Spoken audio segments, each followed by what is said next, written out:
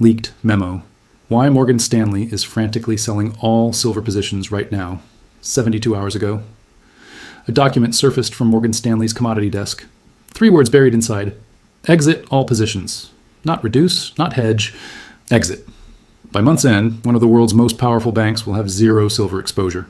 The same bank that helped engineer the 2008 financial architecture is now running from a $28 metal. Their risk models see something the public doesn't, something that could reshape the precious metals market within weeks. And when institutions this size evacuate, they leave carnage behind. The question isn't whether a collapse is coming. It's whether you'll be positioned on the right side when it does. Welcome to Archive Currency, where we decode the financial signals that shape generational wealth. Now, before we dive into what Morgan Stanley's risk committee knows that you don't, let me ask you something the way I'd ask my father. You've been around long enough to know that when the smart money moves quietly, it pays to listen. So if you value this kind of institutional intelligence, the kind that arrives before the headlines, before the panic, before your broker calls, do something for me. Hit that subscribe button, not for us, but because in the next 30 days, you'll want a source that connects dots others won't even see. And one more thing, drop a comment below and tell us, where in the world are you watching this from? Because what's about to unfold in the silver market doesn't respect borders, and I want to know how global this audience really is. Now, let's talk about what happens when a $2.3 trillion institution decides a market is no longer survivable. On a Tuesday morning in early January 2025, a senior portfolio manager at a London-based hedge fund opened an encrypted email from Morgan Stanley's commodity trading desk. What he read made him pause mid-coffee. The directive was clinical, cold, and absolute. Effective immediately, all clients are advised to exit silver positions across spot, futures, and derivative instruments by January 31st, 2025. No explanation, no market commentary, just an instruction, the kind that doesn't invite questions. Within hours, that same memo had been forwarded through private channels. Wealth managers in Singapore saw it. Family offices in Switzerland received copies. Sovereign wealth fund analysts in Abu Dhabi were briefing their superiors. This wasn't a leak in the traditional sense. It was a controlled whisper, a warning meant only for those who manage serious capital. The kind of capital that moves markets when it moves. Morgan Stanley isn't just another investment bank. They manage $2.3 trillion in client assets. They sit on the Federal Reserve's primary dealer list. They have access to information pipelines that retail investors will never see. When an institution of this caliber tells its best clients to abandon a position entirely, it's not a suggestion. It's a fire alarm. But here's what makes this different from normal market activity. Banks rebalance portfolios constantly. They reduce exposure. They hedge risk. They rotate into different sectors. That's standard operating procedure. What they don't do is use the word exit. In the vocabulary of institutional finance, exit means one thing: total abandonment. It's the language used when a position has become fundamentally untenable, when the risk-reward calculation has inverted so dramatically that even holding the position for one more quarter is unacceptable. Think about what that implies. Morgan Stanley's risk management team, the same people who stress test portfolios against 100-year scenarios, who model tail risks and black swan events, who are paid millions to see around corners, they have concluded that silver exposure represents a threat significant enough to warrant complete liquidation. Not in 6 months, not next quarter, by the end of this month. The memo didn't circulate through public channels. There was no press release, no CNBC interview, no carefully worded statement to Reuters. Because institutions don't telegraph their exits publicly, that would be financial suicide. Imagine announcing to the market that you're about to dump a massive position. Every trader on the planet would front-run that trade. The price would collapse before you could even begin selling. So instead, they move in shadows. They communicate through private channels. They give their most important clients a head start. And by the time the general public realizes what's happening, the institutional money is already gone, and the retail investor is left holding positions that are about to hemorrhage value. This pattern has played out before. In 2008, Goldman Sachs quietly exited subprime mortgage positions months before the public understood the severity of the housing crisis. Their clients were warned, their competitors were not. By the time Lehman Brothers collapsed, Goldman had already repositioned. In 2011, JP Morgan began reducing its silver short positions after allegations of market manipulation. They didn't announce it, they just slowly, methodically unwound. And the few who noticed made fortunes tracking their movements. History shows that when major banks evacuate a market, they do so for one of 3 reasons. Either they see a structural collapse coming that will destroy valuations, or they see regulatory action that will make the position legally untenable, or they see a liquidity crisis where selling later will be impossible. None of these scenarios are good for those left holding the bag. And right now, Morgan Stanley is telling the people who matter most to their bottom line, get out now, and get out completely. The question every investor should be asking isn't whether Morgan Stanley is right. It's what do they see in their models that the rest of the market doesn't? And why are they willing to take losses now rather than wait to see if conditions improve? Because banks don't panic without reason. They panic when the math tells them that survival depends on speed. And right now, the math is screaming. There's a number that keeps appearing in private trading floor conversations. A ratio that makes veteran commodities traders go quiet. 580 to 1. For every single ounce of physical silver that actually exists in exchange vaults, there are 580 ounces worth of paper claims. Futures contracts, ETF shares, derivative instruments, all promising delivery of metal that isn't there. This isn't a conspiracy theory. It's basic arithmetic. And Morgan Stanley's quantitative analysts understand what happens when that arithmetic breaks down, because they've seen this movie before, just not in silver. In March 2020, the oil futures market experienced something that wasn't supposed to be possible. Prices went negative. Traders were paying people to take oil off their hands, not because there wasn't demand, but because there was nowhere to store it. The paper market had become so disconnected from physical reality that the entire pricing mechanism collapsed in a matter of hours. Billions vanished. Careers ended, and the smartest people in energy trading admitted they never saw it coming. Now imagine that scenario, but in a market where industrial demand is accelerating, where supply is contracting, and where the leverage ratio is 580 to 1 instead of 20 to 1, that's the silver market today, and that's what's keeping Morgan Stanley's risk committee awake at night. Let's talk about why silver is different from every other commodity. It has a split personality. On one side, it's an industrial metal, essential, irreplaceable in thousands of applications. Every solar panel requires about 20 grams of silver. Every electric vehicle uses between 25 to 50 grams. Every 5G cell tower, every medical device, every smart grid component, they all need silver. And that demand isn't optional. You can't build a solar panel without silver and expect it to work. The chemistry doesn't allow substitutes.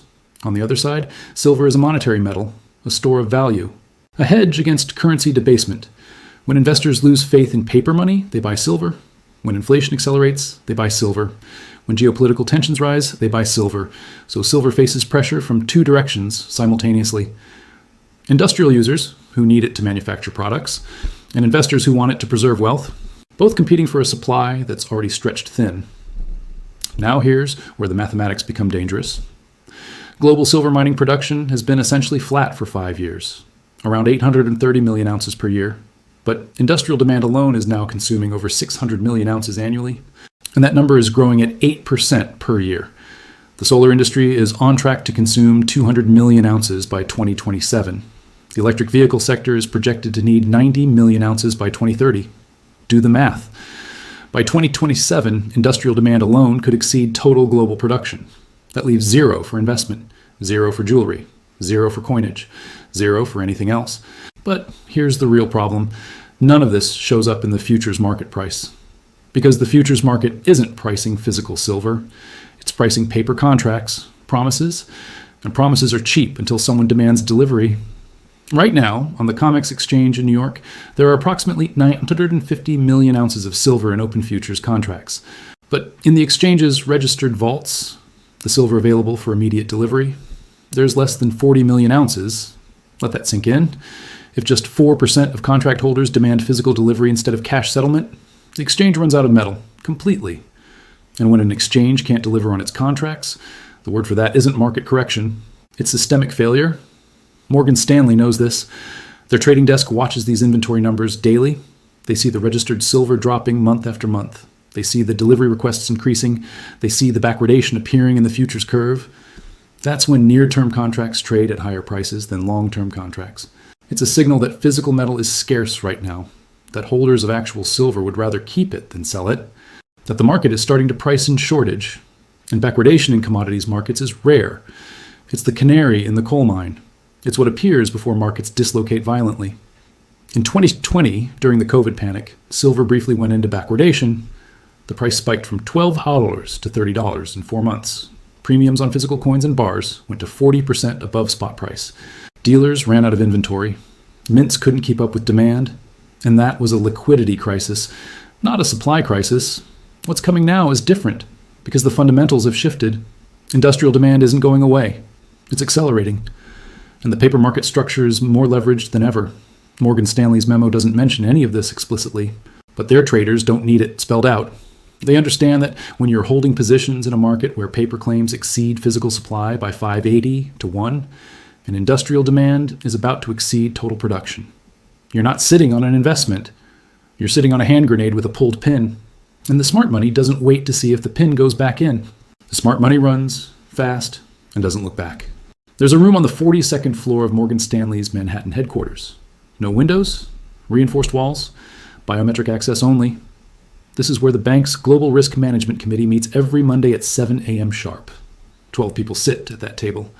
Mathematicians, former central bankers, quants who built the algorithms that power high-frequency trading. Their job isn't to make money. Their job is to make sure the bank survives. And 3 weeks ago, something appeared in their models that changed everything. A cascading default scenario, starting in silver, but not ending there. The presentation lasted 40 minutes. By the time it finished, the decision was already made. Exit immediately. Because what they saw wasn't just a silver problem, it was a contagion risk, the kind that jumps from one market to another like wildfire through dry brush. Here's what most people don't understand about modern banking. Institutions aren't isolated islands. They're connected by thousands of invisible threads. Derivative contracts, swap agreements, counterparty relationships, credit lines. When one bank takes a major loss, it doesn't absorb that loss alone. It ripples through every institution it's connected to. And in the derivatives market, everyone is connected to everyone. 6 degrees of separation doesn't exist. It's more like 2 degrees. Morgan Stanley holds silver positions, but those positions are hedged with other banks, JP Morgan, HSBC, or Goldman Sachs, Citigroup. Each of them holds positions hedged with others. It's a web. And when one strand breaks, the tension redistributes. If it redistributes too quickly, the entire web tears apart. This is what happened with Archegos Capital in 2021, a single-family office running $20 billion in leveraged positions. When their bets went wrong, they couldn't meet margin calls. Credit Suisse lost $5.5 billion. Nomura lost $2.9 billion. Morgan Stanley actually managed their exposure well and lost relatively little. But the lesson was clear. Concentrated positions in interconnected markets create systemic risk, and silver right now is the most concentrated position in the commodities complex. 4 banks control 70% of the short interest. 4. If any one of them faces a liquidity crisis, if any one of them can't deliver physical metal when demanded, the others get pulled into the vortex, because their hedges are with each other. Their counterparty exposure is to each other. When one fails, they all bleed. Now add another layer, Basel III, the international banking regulations that came into force last year. They changed how banks must classify precious metals on their balance sheets. Physical gold and silver are now Tier 1 assets. Unallocated metal, paper claims, futures contracts, those are now Tier 3. High risk, requiring more capital reserves. This might sound technical, but the implication is massive. Banks that hold large paper silver positions now need significantly more capital to support those positions. Capital that could be deployed elsewhere. Capital that's expensive to hold. So the regulatory environment itself is pushing banks to exit paper metals. Not because they want to, but because the math no longer works. Morgan Stanley's risk committee didn't just see a silver squeeze coming. They saw a regulatory squeeze, a liquidity squeeze, and a counterparty squeeze, all converging at the same time. That's not a risk you hedge. That's a risk you eliminate. But there's something else in their models, something they won't say publicly. The geopolitical dimension. In the last 18 months, something unusual has been happening. China has been accumulating silver, not through official government purchases, but through state-owned enterprises, through strategic metals companies, through mining acquisitions in South America and Africa. Russia has been doing the same, quietly building reserves, not for investment purposes, for strategic purposes, because silver isn't just an industrial metal, it's a critical defense metal. Missile guidance systems, radar technology, advanced electronics and military hardware all require silver. And if geopolitical tensions escalate, if supply chains fragment further, if nations start hoarding strategic materials, the silver market doesn't just get tight, it gets weaponized. Morgan Stanley's analysts have access to trade flow data that the public never sees. They can track ship movements, warehouse inventories across continents, import-export patterns. And what they're seeing is a quiet accumulation by nations that view silver as strategic infrastructure. Not a commodity to be traded, but a resource to be secured. This changes everything, because when governments enter a market with strategic intent, price becomes irrelevant. They don't care if silver is $28 or $48. They care about securing supply. And when price-insensitive buyers enter a supply-constrained market, the price discovery mechanism breaks. Markets don't rise gradually. They gap. They lock limit up. They simply stop functioning. And if you're holding short positions when that happens, when the market opens 20% higher and there are no sellers, you don't take a loss. You take a career-ending catastrophic loss, the kind that turns a profitable year into bankruptcy. Morgan Stanley's risk models run thousands of scenarios, Monte Carlo simulations, stress tests, black swan events, and in scenario after scenario, the silver market kept producing the same outcome: massive dislocation within 90 days. Not might, not possibly. The probability exceeded 60%. In risk management terms, anything above 40% probability of catastrophic loss triggers immediate action. 60% means you're not waiting for more data, you're running. So the memo went out: clinical, cold, absolute, exit all positions. Because the committee had done the math. And the math said survival requires speed, not next quarter, not after one more earnings report. Now, before the web starts tearing, before the counterparties start defaulting, before the liquidity disappears, before the market realizes what the risk models already know, that silver isn't experiencing a normal supply-demand imbalance. It's experiencing a structural collapse, one that will separate those who understood the warning from those who dismissed it as noise. And in markets, that separation creates the biggest wealth transfers in history. In 1999, a small group of institutional investors noticed something strange. Goldman Sachs was quietly reducing its technology sector exposure. Not dramatically, not publicly, just methodically unwinding positions. Most analysts dismissed it as routine portfolio rebalancing. But a few paid attention. They understood that when elite institutions move early, they're seeing something others aren't. Those few investors exited their tech positions in late 1999. 6 months later, the dot-com bubble collapsed. The Nasdaq fell 78%. $5 trillion in market value evaporated. Fortunes were destroyed. But those who read the institutional signals, they didn't just survive. They positioned themselves to buy assets at generational lows. The pattern is always the same. Institutional money moves first, in whispers, in encrypted memos, in private client meetings. By the time the mainstream media reports it, by the time CNBC runs the story, by the time your financial advisor calls with concerns, and the move is over, the wealth transfer has already happened. And you're reading the obituary, not the warning. Right now, Morgan Stanley's memo represents that early signal. The question isn't whether they're right. The question is what intelligent people do with that information, because understanding what's happening and knowing how to respond are two different things entirely. Let's start with the timeline. Morgan Stanley set a deadline, January 31st, 2025. That's not arbitrary. It's tied to quarterly reporting requirements. Banks must disclose their positions to regulators every quarter. They must mark those positions to market. If they're holding large silver positions when the market dislocates, those losses appear on their balance sheet. Their capital ratios suffer. Their stock price takes a hit. Their credit rating potentially gets downgraded. So they're not just exiting to avoid trading losses. They're exiting to avoid regulatory and reputational damage. That deadline tells us something critical. They expect the dislocation to happen within 60 to 90 days. Not years, not quarters, weeks. For business leaders, this has immediate implications. Any company with significant silver exposure in their supply chain needs to assess vulnerability right now. Solar manufacturers, electronics producers, medical device companies, automotive suppliers. If silver prices spike 50% or 100%, what happens to your cost structure? What happens to your margins? What happens to contracts you've already signed at fixed prices? Smart executives are already having conversations with procurement teams, reviewing supplier agreements, looking at hedging strategies, exploring alternative materials where possible. Because waiting to see what happens isn't a strategy. It's a gamble. And in business, gambling with supply chain stability is how companies go from profitable to insolvent in a single quarter. For investors, the calculus is different but equally urgent.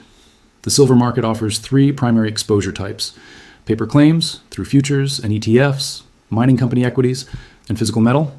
Each carries different risk profiles right now. Paper claims are what Morgan Stanley is abandoning. That should tell you everything you need to know about counterparty risk and derivatives. When the institution writing the contracts doesn't want to hold them, why would you? Mining equities offer leverage to silver prices, but they also carry operational risk, production costs, geopolitical exposure in mining jurisdictions, debt levels, management execution. They're not pure plays on the metal itself. Physical silver eliminates counterparty risk entirely. You hold the asset. No one owes you anything. No contract can default. No exchange can fail to deliver.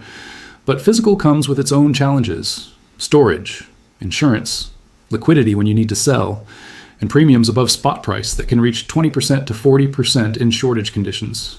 None of these options are perfect. Each represents a different risk-reward calculation. But here's what matters most: understanding the difference between price and value.